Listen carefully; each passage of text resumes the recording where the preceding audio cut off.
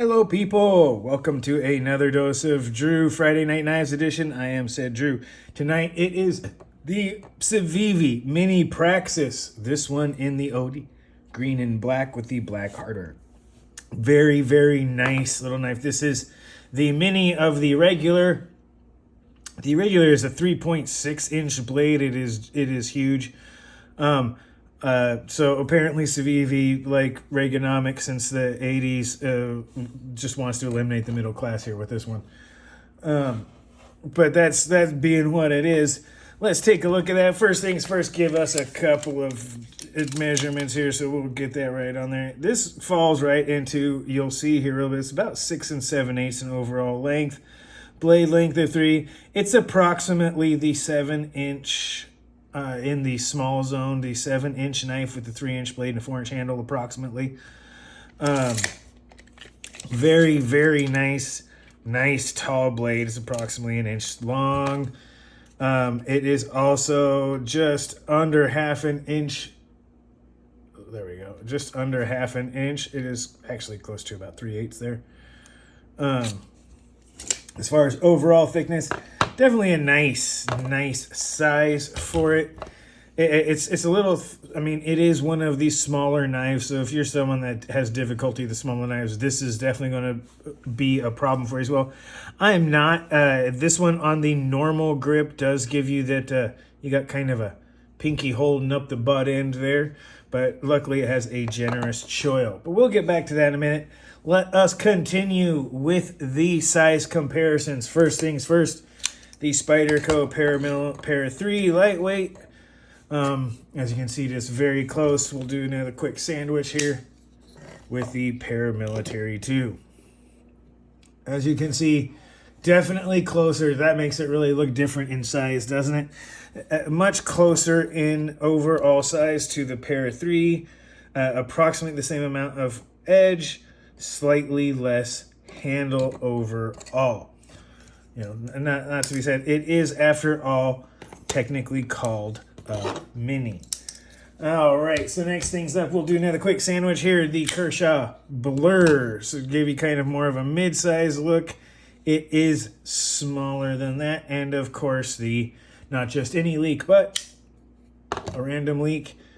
Way closer to the leak proportions. In fact, I'm not going to do any more of the larger knife comparisons. As you can see, it is much smaller than the larger knives, and it is very close to the small knives. In fact, in this particular instance, it is so close to the leak that they are approximately the same. And one of the things that on this Praxis, they're approximately the same blade stock. You can really see. Let's see if I can get a good look. Maybe that'll do it. I don't know if you can see on the flipper tabs as well. Let me see if I can get that. Anyway, maybe you can, maybe you can't. Maybe there's just enough light. They're approximately the same blade stock thickness, which is to say very thin. And with the significant difference in blade height there, well, you get the hollow grind on a lot of the Kershaws here to get that really thin behind the edge. It's still, if you look, it's still significantly thicker than the Praxis, which, let me just say, with that thin blade stock, that high flat grind, and we is already famous for being thin behind the edge. That is one thin, slicey blade. Back to that and more in a moment. All right. Next things up here, a couple more just sandwiches real quick, but this one just the small ones. The Rat 2, as you can see, still very close in proportions, and Civivi's own look real hard at that one. Their own Elementum here. Take a look at that. Real close in proportions. In fact, if you want more finger choil and a taller blade and not a hollow grind, the Praxis fills a niche that is outside of the normal one there with the Elementum. It definitely has a similar size, but use case, vibe, geometry, all that stuff, very different, while being much cheaper as well. just as a thing, the Praxis is a very inexpensive knife. Not cheaply made. Civivi does a really good job of drawing some value out of that price. Very, very, very, very, very inexpensive. Let me just get that part out of the way. Simply because it is. It's really hard to think about it as being so, but when you start talking about things like the Rat 2 being slightly cheaper than the Civivi and that sort of stuff, you start talking about, value and all that stuff. It's a Civivi, blah, blah, blah, blah, blah, blah, blah, blah, blah. It really does provide a tremendous value, okay? Sorry, things don't always go the way you like. Anyway, back to this. Sorry, had to not stop in the thing. Things pop up. You just keep going. I want to come back to this value bit right here, because you're going to find Elementum's very, very, very nice knife. Nothing bad to say about the Elementum. I mean, I have a couple of them, special editions and everything else. Hollow grind, nice spear point. Praxis, all the same thing. D2 steel, okay? D2 steel in a thinner blade stock with a higher grind, flat grind instead of hollow. Not quite as much cutting edge, but a lot more finger space to a certain extent when it comes to control. So you're talking usually around $60 for an Elementum at that, but $50 to $60 depending where you're, $55 or so. $30 for the Praxis Mini. $30 plus tax, shipping, or whatever. Let me just let that sit and marinate for a moment. Just under $30, 29 and some change, right? So $30 for the Praxis. What what can you say about that?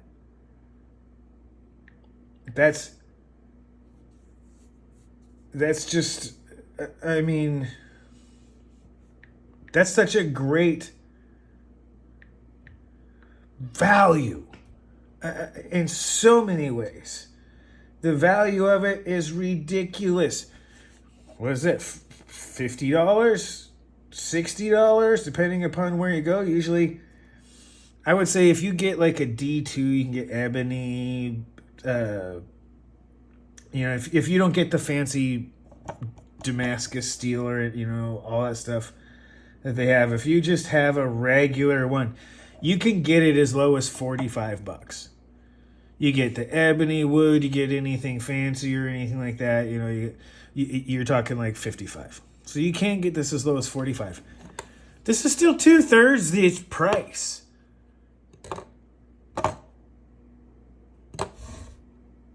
Do you get the shadow boxing with the fancy thing? No, you get a hidden one. I'll be comparing these heavily because they compete with each other in Civivi's own line. It's just such a mind blower that they drop this. I mean, the Elementum is a very good knife at a very good price and has commanded a lot of market share because of it. It's a good knife for the price. You get a D2 steel. You can get it in all sorts of stuff. It's, the action is fantastic. Civivi has great action. Deep carry pocket clip, sort of not all sorts of stuff that's great about the Elementum. If you type this into YouTube and look at Elementum reviews, all over the place, from EDC and all that stuff, this is a great value. This is 30% less. Everything you just said about that, yeah, in a monkey hammer fist, I'm a medium, I'm a large width, medium length, so my hand just rolls past the edge, right? It barely fits, but the amount of space available once you take advantage of that finger trail there is significantly more. All right, so, and of course, one last thing here when it comes to this, we always have to say, this is how it compares to my Wiener. Don't let the name Mini fool you. This is anything but I still believe that my Wiener has a little bit in length, and of course, it is girthier. So there's that.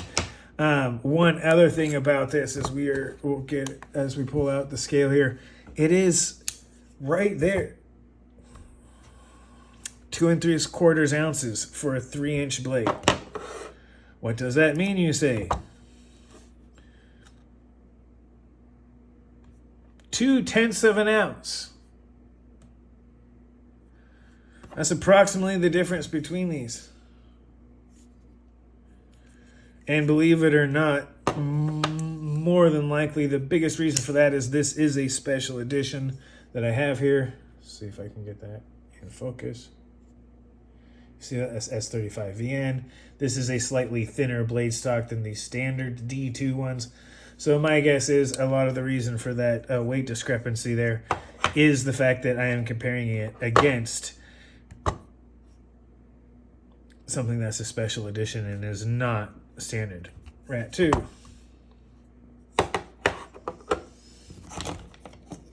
Definitely more favorable for the Parathie Lightweight, but just going through a couple here to give you an idea, right? Something we didn't do as a size comparison, but we can do it right here on the scale. Right, 2.5 for the small feldspar. Definitely a contender with the small feldspar, even though the small this here has a little bit more flexibility in grips and a fairly significant finger choil as well. So you get 2.5. So it is right in there, right? It's within 1/4 ounce of pretty much everything in the class. So I'll throw the leak in here, even though it's not. It's a little bit heavier on the stainless steel version, but so it's right within 1/2 ounce there. It's smack in the middle, and it is right there with a lot of them. So there's obviously, so it's under 3 ounces for everyone who likes those, who likes the ratios where you're talking like 1 ounce per inch. This thing's under that. You're looking at about a 2.75 to 3, right? So instead of a 3 to 3, you're looking at about it's under 1, right? Weight to length. So it's less than 1 there instead of greater than 1, which is a good thing if you're looking for lightweight. All right, so let's get into the normal standard here. The damn nice. The design is fantastic. Talk about some of this. All the things that you can say about the large Praxis are even more so about the smaller one. The thin blade stock, the high flat grind, the little notch here that gives you a great place to really like rest your finger, and also gives you really good a nice thumb ramp for control. And then from there out, there's this beautiful, like, let's see if I can get the light. So you get that right there, and that's really like the grind. And then there's the swedge, and that swedge is, let me see if I can, there we go. It's beautifully curved. Gives you wonderful break weight. Nice, thin. Oh, there we go. See how thin that top edge is there from that switch? Very, very, very narrow on the switch. Lots of flexibility, maneuverability through a cut with that. You get the roll off there, so it's following and coming back together, not just peeling and causing major drag on the high point. There's much less on just the ridge right here. That high flat there, it also provides a significant amount of support and thickness all the way out to the, oh boy, let's see if I can even, all the way out to the tip, which is, while being ridiculously thin behind the edge and almost there, heavily supported by that ridge going through. Very, very robust given how thin it is. And being that thin means you get some flexibility that you wouldn't have otherwise in the steel. The smaller the cross section, a little bit more lenient it is in the flexibility, and not necessarily on impact, but off-center loads will have a little bit more leniency in the bendability as opposed to just chipping it out. But I digress. That sliciness is absolutely there. This thing does just tears through stuff. It is, and Civivi has great factory edges. You can tell by the thinness of that sliver of silver there, just how it is. It's a fair Civivi. I have talked to them a couple times. We and Civivi have told me that their sharpening standards, when I've asked about what their degrees are between 13 and 17 and a half per side. They may have expanded that since I last talked to him, but that gives you an idea. I believe this is the higher of those. This is probably around, I haven't dropped it or done anything to check the angles, but I believe this one is actually sharpened at a slightly more obtuse degree setting. Might be 15, might be 17. Just feels like it when I'm doing. If I strop it, I'll know it. I have rarely seen a Civivi at 17 degrees. I'll tell you that right now. It's usually 13 to 15, but there are some out there. So very, very nice slicey profile. Envelopes, boxes. This baby just slides through. This thing, if you put this on a corner of a box and just go down, it just glides through. Very, very, very slicey for that high. I mean, it's thinner than a Sage 5 in blade stock. And I mean, we're talking like 70-80% of the grind of the blade height of that. And probably similar. So you're talking sliceability that is similar to the Spyderco with a much thinner blade stock. So there's a lot to be said there. That's something the Rat 2 gets away with by having it being a full flat grind and a slightly thicker blade stock than this one, but not by much. So you get a lot but no swedge for the turnaround. And then, of course, the Elementum with its hollow grind gets you really thin behind the edge, much like this. But without the continuation, this is slicey for a small depth. This is not where you're cutting through materials too long. It'll do soft materials like meat or wet materials pretty nicely. That hollow grind really helps with that in a lot of ways. If you ever want to see a video on that, comment down in there about if you want to see anything about like white hollow grinds and all that. But compared to everything else, this does really, really good. And you have maneuverability when you're doing it. Fingers out of the way. Part of the design here on it, fingers are up a little bit on the handle. That thin handle right there means that if you're looking for this, you have plenty of clearance, especially at that angle. But almost even, you can't go all the way flat. Like it hits the... You'll see if I can recreate it. It hits right about there. It hits the flipper tab. There we go. Don't try and talk while you're trying to make sure you get it there. But if you can see that it doesn't quite flatten out with fingers. So, and the ability to have that, to get in here, to really get way up on the tip and have a tremendous, and I mean a tremendous, you can pull back a little bit with your fingers, get way back here, be able to pass through thin amounts of material, small amounts of material, and have tremendous control. Scoring, going through, it's D2, it looks, I don't know if it's DLC or just a black stonewash, but there's definitely a stonewash capacity to it, right? I don't know if it's just an oxide or a DLC, but it's been durable. Like, you can't tell that I've cut boxes. You don't see lines coming down. I clean it to make sure, but there's no impact to use on this so far, which is not true with a lot of other coatings. Like, you really can't tell that I've put this to line. I mean, probably if there was more than just a couple of boxes and some envelopes, testing type stuff, there might be some more impact to it, but that's fairly durable considering what some other ones have stood up to. And, as far as that goes with the handle, the curves, yeah, it's not... If you're going to hammer fist, it's not... Reverse grip is great because it does just barely fit. If your finger's on the top or anything like that, you got a lot of space, plenty of blade on the back. If you're needing to, pop a can open or anything like that, and you can... there's just enough that you can do it. So there is that. Other than that, it's a to me, it's a thing of beauty. I know a lot of people don't like this extra, almost spear point that swedge gets, but the maneuverability and the sliceability that swedges give is pretty fantastic. I'm a fan, and I like the large blade. And it doesn't impact too much. It pretty much stays within a fairly easy to understand silhouette. So the design to me is really good. The aesthetics tie really into the design. It's really hard to knock it there. Probably the single thing that I think most people dislike is that notch right there. Right, it's not quite smooth. Like there's a peak right where the right where the that goes, right where your finger can get to. I love it. It's almost like a switch. You get your thumb this way, your finger this way if you're trying to do it. I think it's a design feature, and I don't think, especially in the smaller version, I don't think it affects the aesthetics nearly as much as in the larger ones where you have like larger ramps and that sort of thing.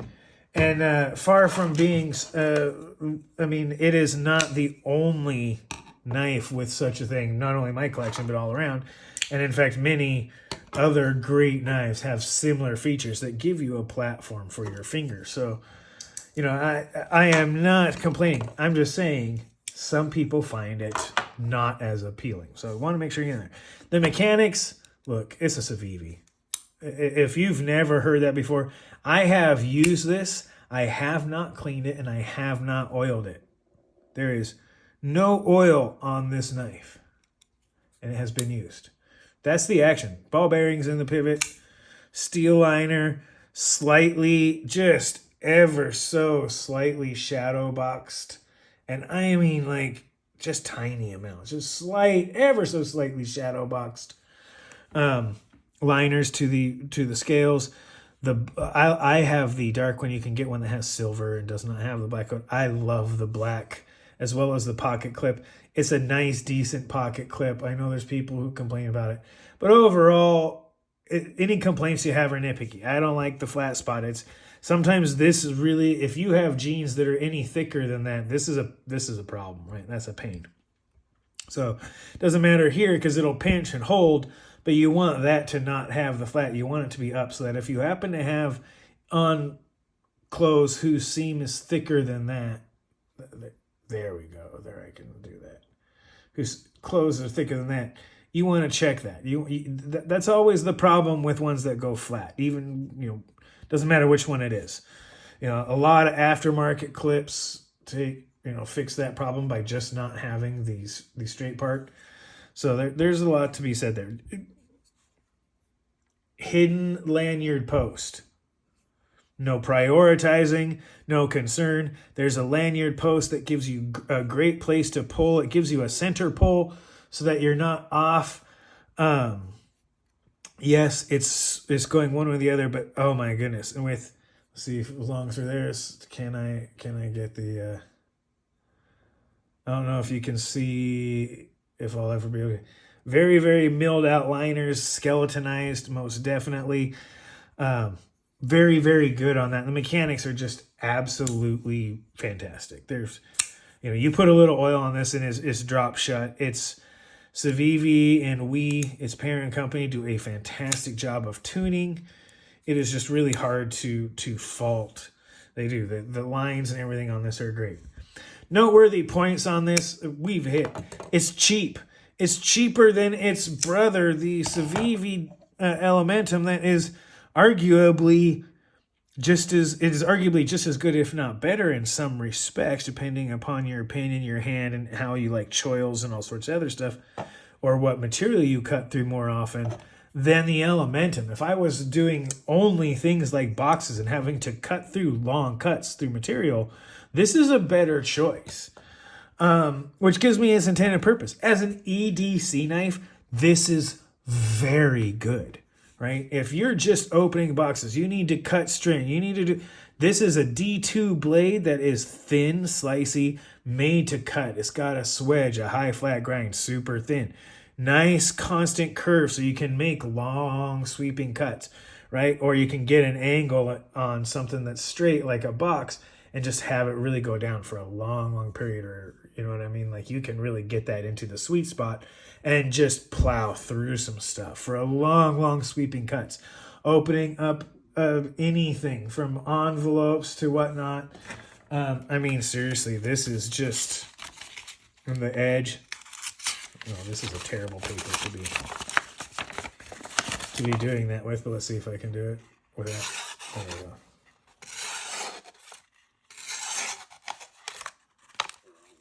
All right, so yeah, very good. Hard to complain.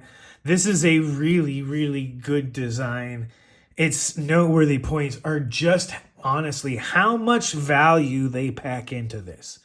Is it as good as something like the Penguin? I would argue that it's better, though the price is really close. And that's where we get to the next one, the cost of value. Out of this world, $30, buy this knife. You can't go wrong. Buy this knife. If you have any doubts, for $30, you're like, I don't know, buy this knife. This is an extraordinarily well made, well designed, and well executed design. And yeah, it's Chinese. I mean, I don't know what to tell you about that. It's Chinese made and well done. This is an outstanding knife. For $30, this should be in everybody's collection.